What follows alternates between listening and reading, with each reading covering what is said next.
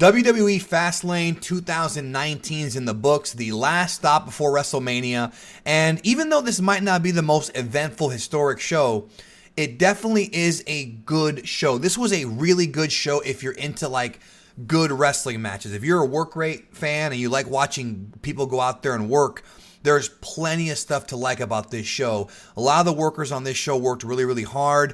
There's a lot of really good matches on this show, clean finishes throughout most of them, and they did a pretty decent job of setting up some WrestleMania stuff that some of us already knew was coming, but it's good to have them kind of finalize it here on this show, and there's still more to come. So I would say the biggest story of this show was probably the fact that Becky Lynch has indeed been added to the Raw Women's title match at WrestleMania. We all knew it was going to happen, but she's officially in now because what happened during the match was during the Charlotte and Becky Lynch match, Ronda came out and attacked Becky with just a couple punches, and the referee called for a DQ, so Becky won by DQ. Now, some people were pissed off about this finish, but you have to understand, I didn't hate it because this was not really a match. It was more so an angle. Becky came in there with crutches. She didn't really do much. Charlotte just beat her up and kept, taunting her because she's not healthy.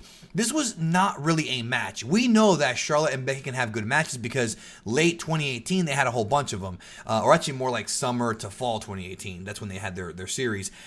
This was not really a match. It was more so an angle so that Ronda can come out and attack Becky, and then Becky's put in the match. And that's pretty much it. Now, some criticism has happened from people saying that, well, Becky should have just won. The problem with having Becky just win clean is that Charlotte losing to Becky when she's injured like that clean is very unrealistic considering how strong Charlotte's been protected for so many years and that she is a contender for the championship. So having her just beat Charlotte clean, I think, is a mistake. I think the way they did it worked. Maybe it was a bit too long, but I think it did work. And as a result of that, they're saving the big, Charlotte, Becky stuff for WrestleMania. All the good stuff is going to be at WrestleMania because that's their big show. And Ronda, of course. So that's the big story of the show. Also, the Shield reunited on this show. They're building it as the last time we're ever going to see the Shield together because Dean Ambrose is, of course, leaving. Now, some people have said they think it's a work and this and that. Maybe it is, but they won, and Dean Ambrose did not turn on the Shield. The main event closed the show. The Shield versus Drew McIntyre, Baron Corbin, and Bobby Lashley. Really great match. It was an old school kind of early Shield Attitude Era style match where they fought on the outside. They went everywhere. Seth jumped off the balconies. There were lots of near falls. There was table spots, and it was just a big chaotic main event and really a perfect way to close out this show with a happy ending. Roman Reigns didn't do too much in this match. Really, Seth and Dean worked most of it, but he was the big star at the end. Everybody worked hard. All 6 of these guys worked really, really hard. Did some crazy stuff here. We got to see just a great sequence of moves, and we saw the triple power bomb not just once but twice. They put Drew McIntyre through a table, then they finished off Baron Corbin in the ring. The fans were going nuts for all of this. They did a cool little spot where they did a super kick, Superman punch, then the dirty deeds, and then the big triple power bomb for the finish. They were in the ring. They did the fist salute, and I actually got kind of emotional because it was, if it is the last time they're together, that was pretty emotional. Plus, seeing how happy, this was not like Roman Reigns, like Joe Anoa'i playing Roman Reigns being happy. This felt like Joe Anoa'i, the actual man playing Roman Reigns, was so happy to be back in there and clear of this leukemia. It felt very emotional. It was very well done, and I really enjoyed it. You have to see this match if you didn't see it because it was just chaotic. It was the classic Shield matches from 2012, 2013. It was just like that. Now, in addition to that, there was a segment with Elias in the ring. He got RKO'd by Randy Orton, and then AJ Styles attacked Randy Orton. That, of course, sets up the AJ Randy Orton WrestleMania match, which will be a good match because those guys have good matches. Now, they did some interesting stuff with Kofi Kingston, which we're going to get to here in a minute, but before we get to that, the show opened with the SmackDown Tag Team Champions, the Usos, against Miz and Shane McMahon. The Usos won because Miz made a mistake. He went to the top rope and came down with a high-risk maneuver, which is not what Miz normally does, because he saw his dad, and his dad was like inspiring him to go and win because they were in Cleveland. And Miz is from Cleveland. He had a shirt that said Cleveland is awesome. Huge babyface pop. But of course, traditional WWE, The hometown guy does not win, so he gets caught in a small package, and the Usos retain the belts. After the match, Shane McMahon turns on The Miz right in front of his dad and actually grabs his dad by the face, which was pretty crazy, and he beats the crap out of Miz. So I'm guessing they're going to do Miz and Shane at WrestleMania. I'm not looking forward to that match, to be honest, because even though Shane's heel turn was, we were expecting him to turn heel actually back last year, and they kind of teased it during the whole World Cup thing, that World Cup tournament or whatever, the best in the world tournament that they had in Saudi Arabia. But now they actually did it, and it's so weird that The Miz is going to be a babyface. That's very weird that he's going to be a babyface. It's a heel Shane McMahon, but they're going to do it, and it is what it is. It was a pretty good turn, though. It wasn't one of the best turns, but it was a pretty good turn. Asuka and Mandy Rose was a nothing match. I did not care. I love Asuka, but they've done nothing with Asuka at all. And I don't care about Asuka and Lacey Evans. I really wish that Ember Moon was not hurt, because that would be a good match for Asuka at WrestleMania, because they had that legendary NXT feud. But right now, Asuka's just been doing nothing. They have no idea what to do with her. Now, what happened with Kofi Kingston was kind of the big angle. So first of all, Kofi is over. I know a lot of people have been pissed off at the fact that Kofi got pulled out of the Fastlane match, but you have to understand this. This is part of the story. Kofi Kingston is going to wrestle Daniel Bryan at WrestleMania for the WWE Championship. Originally, he was going to wrestle him here, and Kevin Owens is going to step in. But now, it's become clear as day that the storyline they're going with now is that Kofi Kingston is the underdog, and he has to get past all of the obstacles being thrown in his way to become the champion. It's classic storytelling, and not just wrestling, but movies, TV shows, anime, video games. You got the good guy having to overcome the odds. So what happened during the match, or actually before the show started, is that they told Kofi that Vince McMahon wanted to meet with him. And then Vince tells him, okay, you're going to be in a triple threat match tonight. They're going to make the world title match a triple threat match. He's like, okay, you'll be added to the match. And then he's like, okay, you're going to be added. And that was a big deal. And then what wound up happening is Kofi comes out, and they screw with Kofi again. Instead of Kofi wrestling in the triple threat, they send the Bar out there and they do a 2-on-1 handicap match where the Bar are in the ring beating him up 2-on-1. Now, obviously, again, people were pissed off at this, but understand you're supposed to be pissed off. Like, wrestling is supposed to get you upset when the good guy gets screwed, because when the good guy wins, it gives you that big satisfying finish.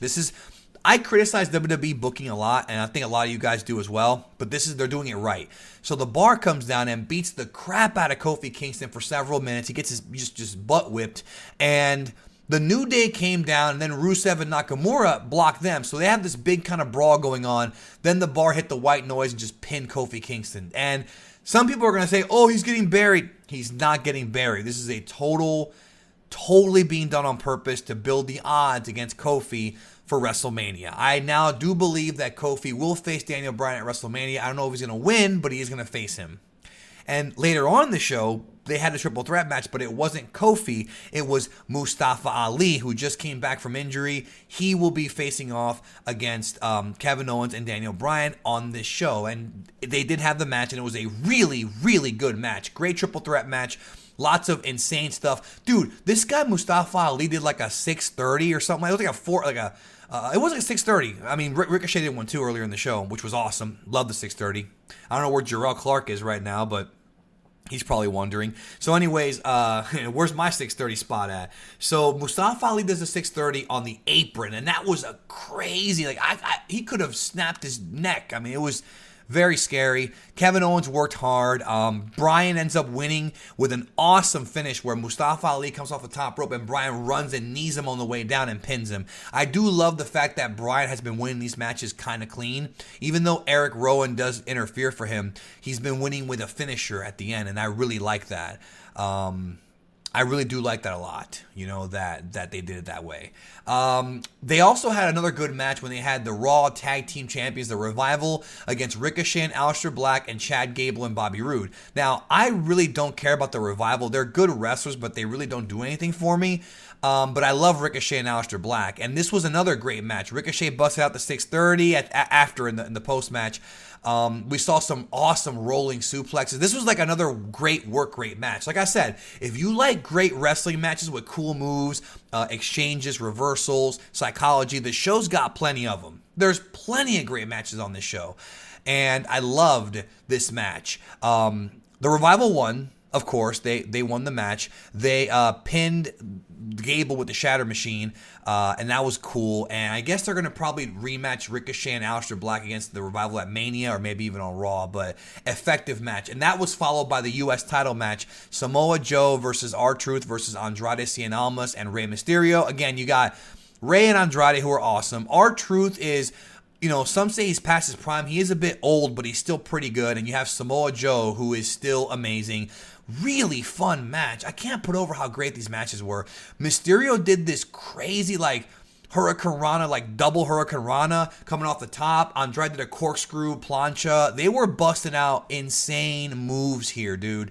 The finish I thought was really good. Samoa Joe's in the ring. Mysterio comes in going for a big splash. He misses. Joe locks on the choke, the Coquina Clutch, and gets the pass out. He didn't even tap out. Rey Mysterio passed out.